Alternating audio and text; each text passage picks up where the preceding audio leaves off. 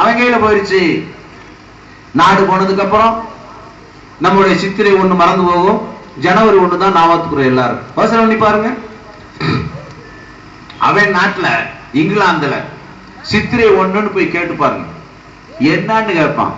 நம்மாலு ஜனவரி 1 happy new year என்னமோ இங்கிலீஷ்காரனுக்கு பிறந்தவனா இருக்கான். ராத்திரி 12 மணிக்கு பேய் பிசாசு தான் ஆடும். எங்க ஊர்ல கிராமத்துல சொல்லுவாங்க, ராத்திரி 12 மணிக்கெல்லாம் வெளியே போகாத தம்பி, பேய் பிசாசுகள்லாம் வரும்னு. அதுல பேய்க்கு பிறந்ததெல்லாம் 12 மணிக்கு போயிரும் போல இருக்கு. என்ன ஒரு ஆனந்த வாழ்க்கையில இல்லையா?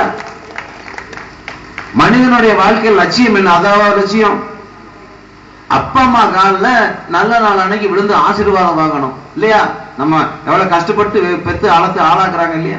ஈ மொய்க்காம எறும்பு மொய்க்காம பேண்டை குண்டியை கழுவி விட்டு, இவனுக்கு காய்ச்சல் வந்தா அவங்க சாப்பிடாம இருந்து, பையனுக்கு காய்ச்சல்னா வீட்டுல எல்லா பேருக்கும் ரசம், விருந்தாளி வந்து அவனுக்கு ரசம் தான். அவன் என்ன பையனுக்கு முடியலைங்க அதனால ரசம் தான், சரி எனக்கும் போடுங்க.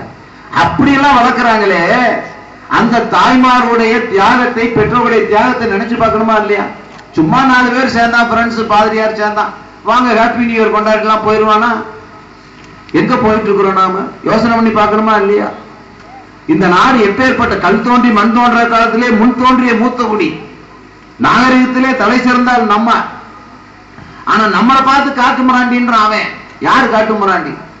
உலகத்துக்கே நாகரிகத்தை சொல்லி கொடுத்தவங்க 5000 ஆண்டுகளுக்கு முன்பாகவே, 6000 ஆண்டுகளுக்கு முன்பாகவே பாத்தீங்கன்னா ஹரப்பா மகஞ்சோதவரால வீடு கட்டி நம்மால் இருந்திருக்கான்.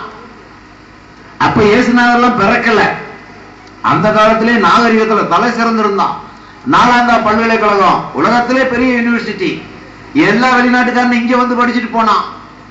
சீனால இருந்து யுவான் சாங் வந்து படிச்சான், பாக்யா கான் வந்து படிச்சான், எல்லாரும் இங்க படிச்சான். நம்ம காஞ்சிபுரம் சொல்றோம் பாத்தீங்களா, செங்கல்பட்டு காஞ்சிபுரம். காஞ்சிபுரத்துல 400 பள்ளிக்கூடம் இருந்திருக்குது அந்த காலத்துல. எல்லாம் படை எடுத்து நாசம் பண்ணிட்டாங்க. எவ்வளவு ஓலைச்சுவடிகள் தெரியுங்களா? பூரா எரிச்சிட்டான். நம்ம என்ன பண்ணுவோம்? உயிரை காப்பாத்துறதுக்கு ஓடுவான் ஊரை விட்டு. முஸ்லிம்ஸ் வருவான். அது ஒரு கதையை சொல்லுவாங்க. கஜினி கோர் எல்லாம் வரும்போது, அவுரங்கசீப் வரும்போது கேட்பான், நம்ம அந்த கோயிலை இடிச்சுட்டு, இதெல்லாம் என்னையா இருக்குமா? பூரா ஓலைச்சுவடிகள்ங்கம்மா. ஓலைச்சுவடினா அதுல என்ன இருக்கு? அது நட்சத்திரத்தை பத்தி, சூரியனை பத்தி, சந்திரனை பத்தி, அமாவாசை எப்போ வருது, பௌர்ணமி எப்போ வருது, சூரியன் சந்திரன் பூமி 3 எப்ப நேர்கோட்டில் வருது, இதெல்லாம் ஆராய்ச்சி பண்ணக்கூடியதுங்க. அப்படியா? இதெல்லாம் குரான்ல இருக்கான்னு கேட்டிருக்கான். ஆமா, கேனையனா இருக்க, குரான்ல எப்படா இதெல்லாம் இருக்கும்னு. அப்ப எரிச்சிட்டான். அடுத்த ஊருக்கு போறான். நம்மால் ஊரை காலி பண்ணும்போது கோயில்ல தான் எல்லாம் வச்சுட்டு போயிடுவான். ஏன்னா கோயில்ல தான் லாக்கர் இருக்கு, வீடு பூரா தரமட்டமாயிரும். அப்புறம் அடுத்த ஊருக்கு போறான். போனவனே இதே மாதிரி அந்த ஊர்ல இருந்து இதுல என்ன இருக்குன்னு கேட்கிறான். இதுல வந்துங்க ராமாயணம், மகாபாரதம், தேவாரம், திருவாசகம் இதெல்லாம் இருக்குங்க.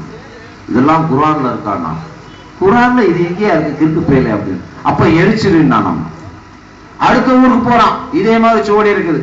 இந்த தகவல் நம்மால் சொல்லிட்டான், டே அங்கேயும் எரிச்சுட்டா இங்கேயும் எரிச்சுட்டா அவுரங்கசீப் சொல்லிட்டான்னு, உங்க ஊர்ல வரும் எப்படியாச்சும் சமாளின்னு அவன் புத்திசாலித்தனமா சொல்றான்.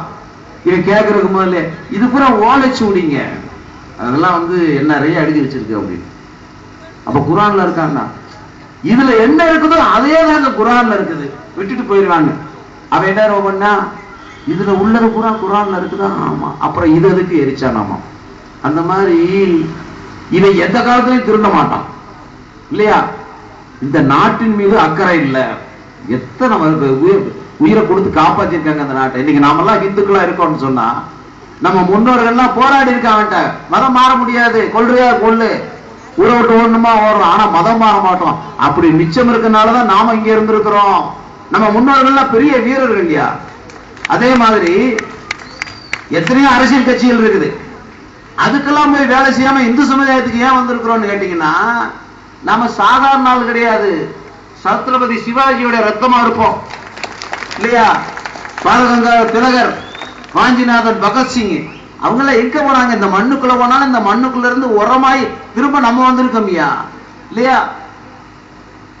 நம்மளுடைய உயிர் அணுல ஓடிட்டு இருக்குது அதெல்லாம். ஆகையினாலதான் நம்ம வந்து நாட்டை காப்பாத்துறதுக்கு, சமுதாயத்தை காப்பாத்துறதுக்கு இந்து மணிக்கு வந்திருக்கோம். அரிது அரிது மானிடராய் பிறத்தல் அரிது.